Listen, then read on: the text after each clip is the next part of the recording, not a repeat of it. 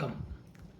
நாம் ஏற்கனவே Benjamin Franklin அவர்கள் வழங்கிய 13 நற்பண்புகளை பற்றி பார்த்து கொண்டிருக்கின்றோம்.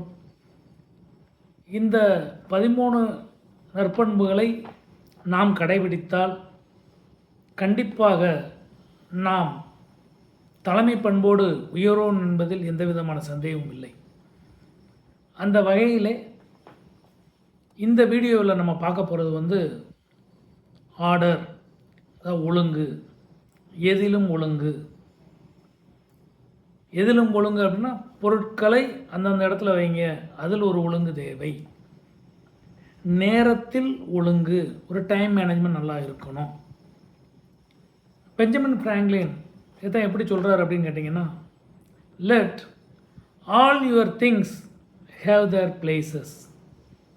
Let each part of your business have its time. உங்களுடைய அனைத்து பொருட்களுக்கும் அவற்றிற்குரிய ஒரு இடம் இருக்க வேண்டும். உங்களின் ஒவ்வொரு வேலைக்கும் அதன் நேரம் இருக்க வேண்டும் அப்படிங்கிறதான் பெஞ்சமின் பிராங்க்லின் சொல்கிறது.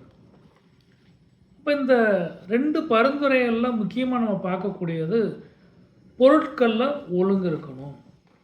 என்ன சார் பொருட்களில் ஒரு ஒழுங்கு இருக்கணும்? ஒரு பொருள் எந்த இடத்துல வைக்கணும் அப்படிங்கிறது ரொம்ப முக்கியம். எந்த இடம்?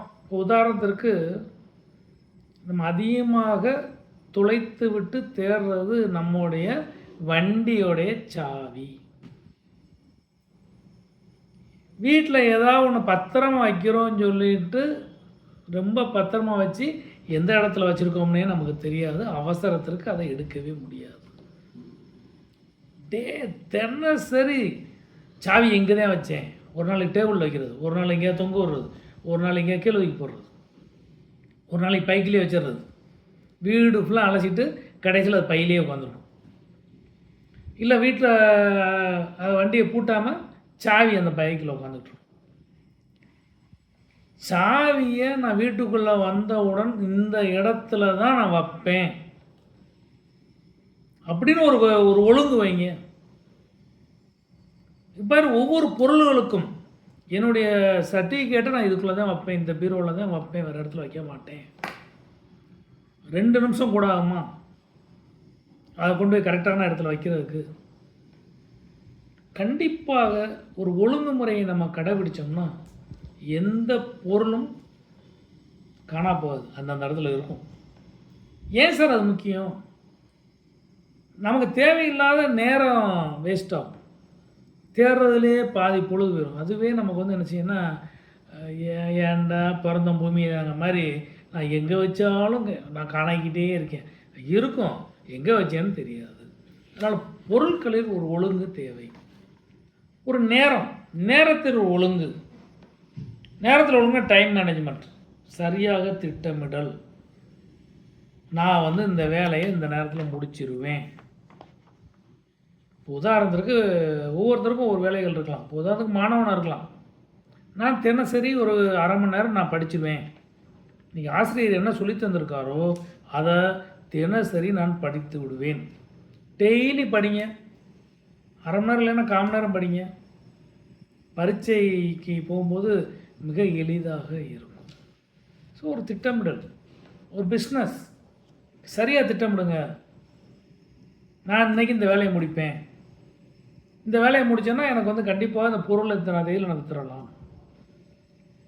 நான் கடனுக்கு இவ்வளோதான் கொடுப்பேன், 20 நாளுக்குள்ளே எனக்கு பணம் திரும்பி வரணும், 10 நாளுக்குள்ளே எனக்கு திரும்பி வரணும். அதே மாதிரி நான் கடனுக்கு வாங்கியிருந்தால் இத்தனை நாளுக்குள்ளே கண்டிப்பாக நான் ரூபாயை கொடுப்பேன், 10ஆவது நாள் ரூபாயை கொடுத்துருவேன் சார். இப்போ அதுக்குரிய திட்டமிடல்.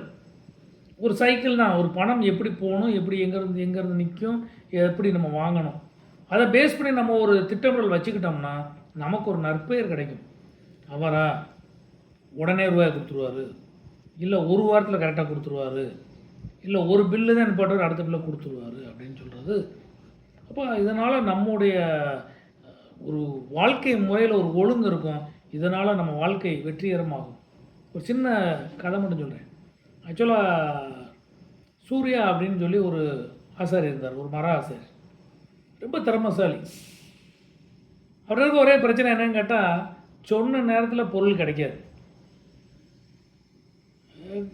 நல்ல திறமையாக பண்ணுவார். அவர் மாதிரி பண்ணுறதுக்கு ஆளே கிடையாது. ஆனால் சரியான நேரத்தில் அவரால் கொடுக்க முடியாது.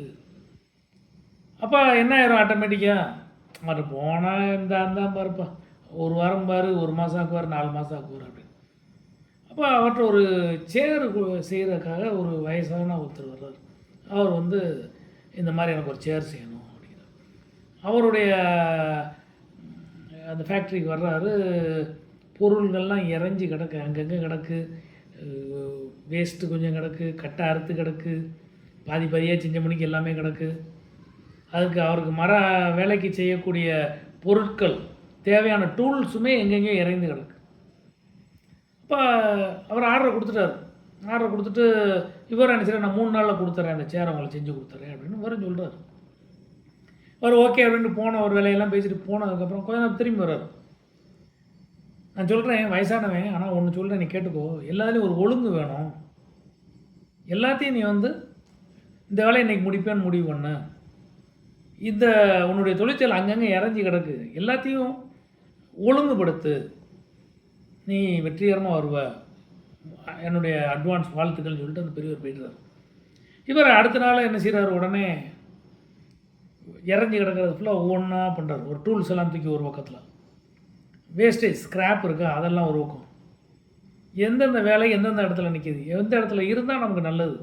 அப்போ அது ஒரு ஸ்பெஷலைசேஷன் மாதிரி ஒரு டிவிஷன் பண்ணி அடுத்து பார்த்தோன்னா அவருடைய வேலைகள் எல்லாமே பார்த்திங்கன்னா டூல்ஸ் கிடைச்ச இடத்துல உடனே கிடைக்கிது. இப்போ ஒன்று இலைக்கணுமா உடனே அந்த இடத்துல அதுக்குரிய டூல்ஸ் இருக்குது, அறுக்கணுமா அதுக்குரிய ரொம்ப அந்த இடத்துல இருக்குது, டக்கு டக்குன்னு வேலை முடியுது. ஸ்க்ராப் உடனே எடுத்து வேற எங்கேயா போட்டுறாரு. அப்போ வேலை வேகமாக முடிஞ்சு சொன்ன நேரத்தில் உடனடியாக அவர் சொன்ன அந்த சேரை கொடுக்குறாரு. இந்த சேரை கொடுத்தா 3 நாள் சொன்னதை 3ஆம் நாள் கொடுத்துட்டாரு. மற்றவர்களுக்குமே அவர் போய் சொல்கிறார், அந்த பெரியவர், அவன் நல்லா பண்ணுறான், உடனே எல்லாமே கொடுத்துறேன்.